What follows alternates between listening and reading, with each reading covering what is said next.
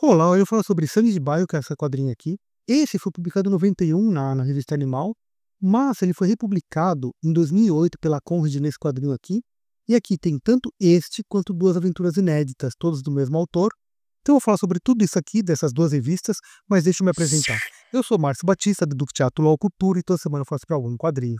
E o quadrinho dessa semana é Sangue de Bairro, que foi publicado na Grandes Aventuras Animal pela VHD Diffusion em 1991. É do Jaime Martin, que é um espanhol. Aqui, a Animal, ela fala um pouco sobre a biografia do autor, né, que é esse fulano aqui, que ele viveu nesse bairro, então ele fala sobre locais que ele conhece mesmo. E aqui contextualiza a história pra gente, contextualiza a época, embora seja bem pouquinho que tá falando aqui, tanto na da Conrad também. A Conrad também, ela, nas orelhas, ela contextualiza o local e a época que acontece a história e também fala sobre o autor na orelha de trás. Mas tanto essa contextualização quanto essa, elas são muito poucos para a gente realmente entender o que acontece, por que a Espanha está nessa crise econômica e tal. Aqui, além de falar sobre a crise da década de 80, ele fala sobre três bandas punks que esse garoto aqui escuta no quadrinho, que é Ramosim, que tem uma música com esse nome, e também outras duas bandas, que é Barricada e Burning. São três bandas punks espanholas.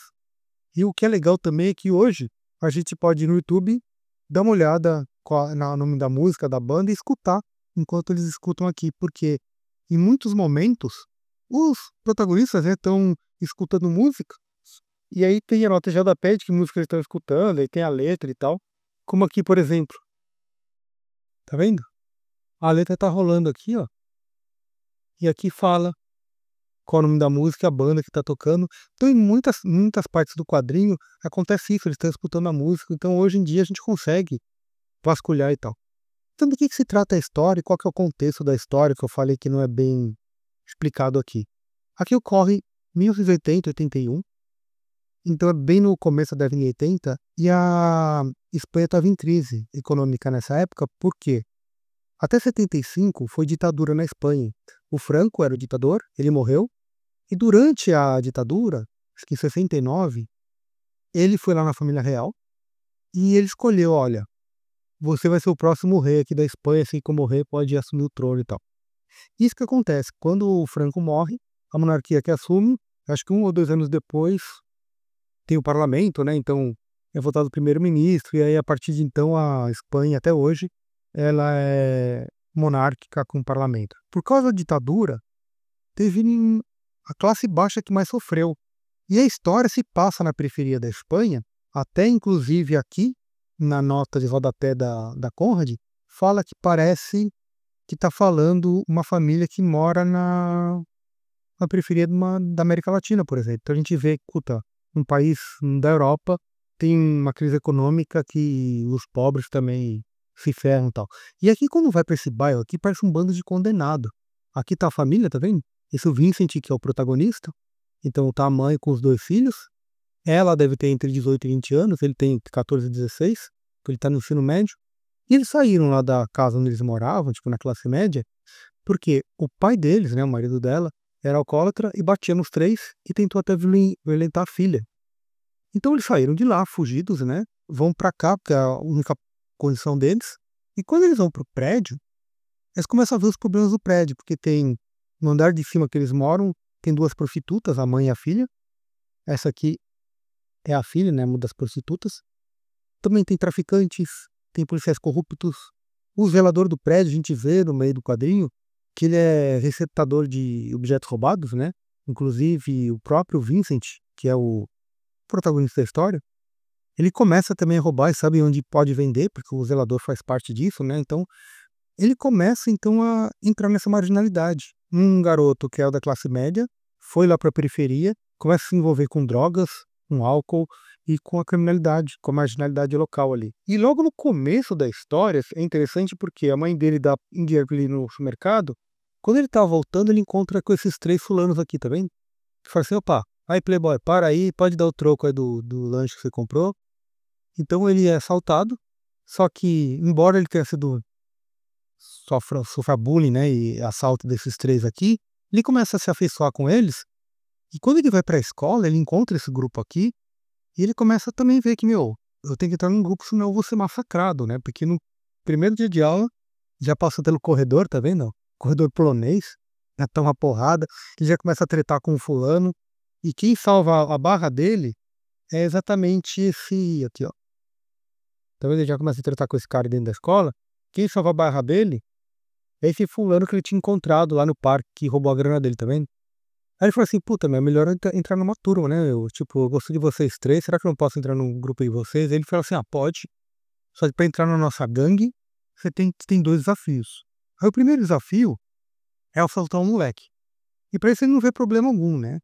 Ele tem que soltar esse cara aqui que é bem maior que ele, só tu dá uma pedrada no moleque, já rouba a bicicleta dele. Só que o segundo desafio é transar com uma garota.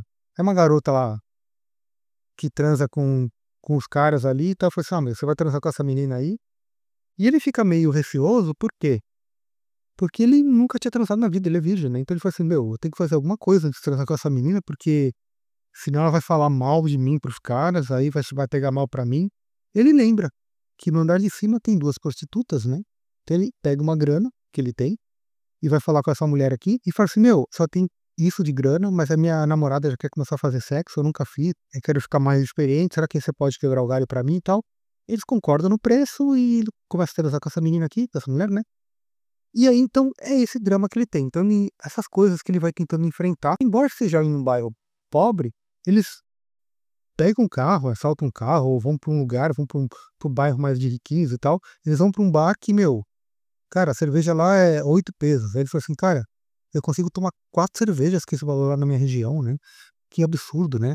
Então ele vê que, meu, é muito dispare, né? Entre um e outro. Aí o pessoal caçoa deles, já vê, ah, são pessoal lá do bairro, não sei da quando, onde e tal.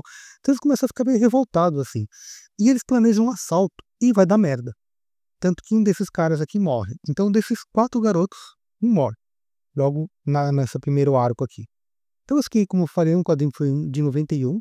A história termina, ela é bem interessante.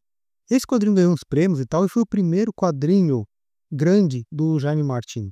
Ele tinha feito poucos quadrinhos, inclusive saiu aqui no Brasil, na Animal mesmo, são umas 4 animais, eu vou deixar umas capas aqui, que saiu história tipo de 2, 3 páginas, que também era tipo desse bairro, né?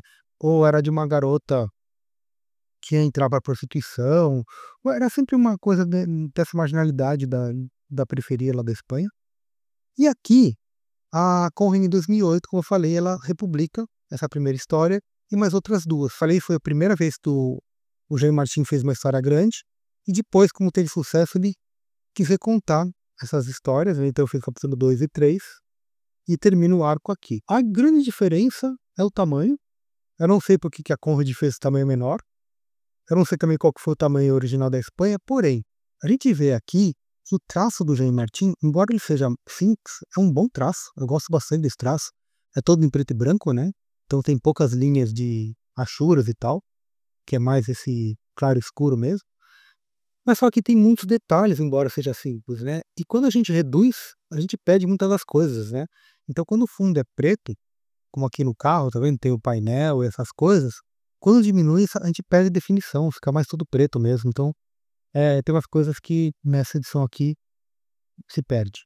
Se planeja um assalto da merda e tudo mais. O Vincent, que é o protagonista da história, ele fica vivo, só que ele é preso. Como ele é menor de idade, ele vai para não vai para uma prisão, ele vai para um tipo aquele reformatório, né, juvenil. O começo do segundo capítulo tem tons de cinza. Eu não gostei muito dessa cor, né, desses tons de cinza, deixou o desenho meio estranho.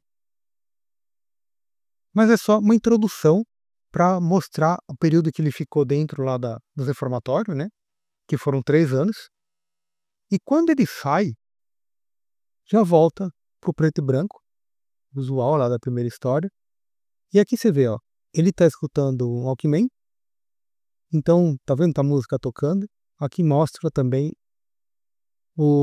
a música que tá tocando quando ele sai da cadeia, né, quando ele tá escutando o rádio. Então também é de uma banda punk ali de uma dessas 3, né, que toca que aparece no quadrinho 1 ali. Então que mostra ele voltando pro mesmo bairro. Ele encontra com a mãe, ele vai morar lá na casa da mãe. A irmã não tá mais com eles porque a irmã casou, então ela conseguiu sair do bairro. E ele volta a falar com o pai, porque como ele é um ex-presidiário, ele não consegue mais trabalhar ali na região, né. Então ele vai falar com o pai, ele consegue uns bicos lá de pedreiro e tal, e então ele reconecta com o pai, que naquela história a gente viu que eles fugiram de casa e tal, então nessa ele reconecta. Só que o pai, os contatos do pai estão ligados com o crime também, né.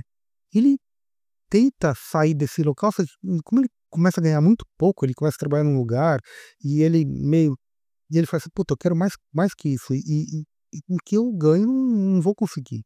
Então ele fica muito tentado a voltar para o crime, né.